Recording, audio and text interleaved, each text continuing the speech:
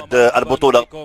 سيحاول إضافة انتصار. التمرير، رفعت الكرة داخل المستطيل العملية. هذه محاولة، فرصة الهدف، فرصة الهدف، هدف أول، هدف أول لفائدة المنتخب الوطني المغربي.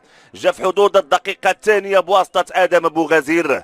آدم بوغازير كيتمكن من تسجيل الهدف الأول، و تابعنا التمريرة الممتازة والتحضير اللي كان من طرف اسماعيل العود. لاحظوا التمريرة أكيد اسماعيل العود، لاحظوا وضع الكرة بكل هدوء.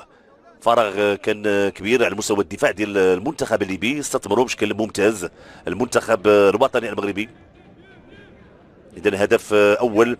اذا عندنا بوجوفي لاعب حمزه شلالي فريق الفتح الرياضي في الوقت اللي انطلاقه ديال اسماعيل العود على مستوى الجهه اليمنى، لكن الكره بعيده.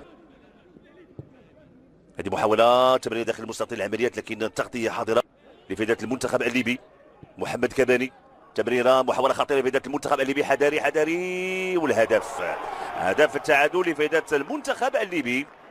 يعني تابعنا انسلال ديال محمد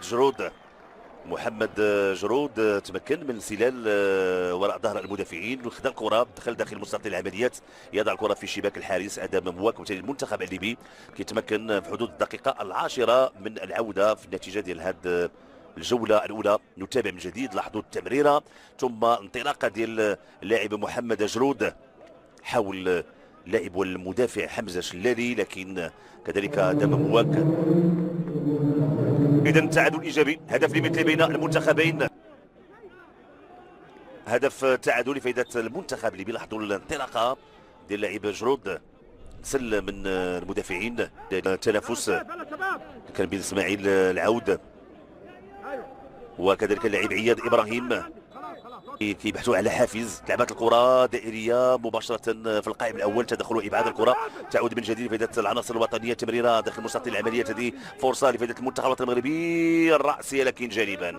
هي السعيد لتنفيذ هذا الخطا. لعبات الكره دائريه، حذري من هذه المحاوله، مرات جانبا. كره طويله، انطلاقه ديال إليان الحديدي، ممتاز إليان داخل مستطيل العمليات. تدخل في الوقت الحكم المساعد رفع الرايه. في الوقت تبادل المحاوله، محمد كباني المراوغه خطيره، لكن تغطيه حاضره، لازم بإبعاد الكره. هذه محاوله امكانيه العرضيه، رفعت الكره في القائم الثاني. اسماعيل العود الراسيه، مرات جانبا. الدفاعي، مشات الكره على مستوى الجهه اليمنى.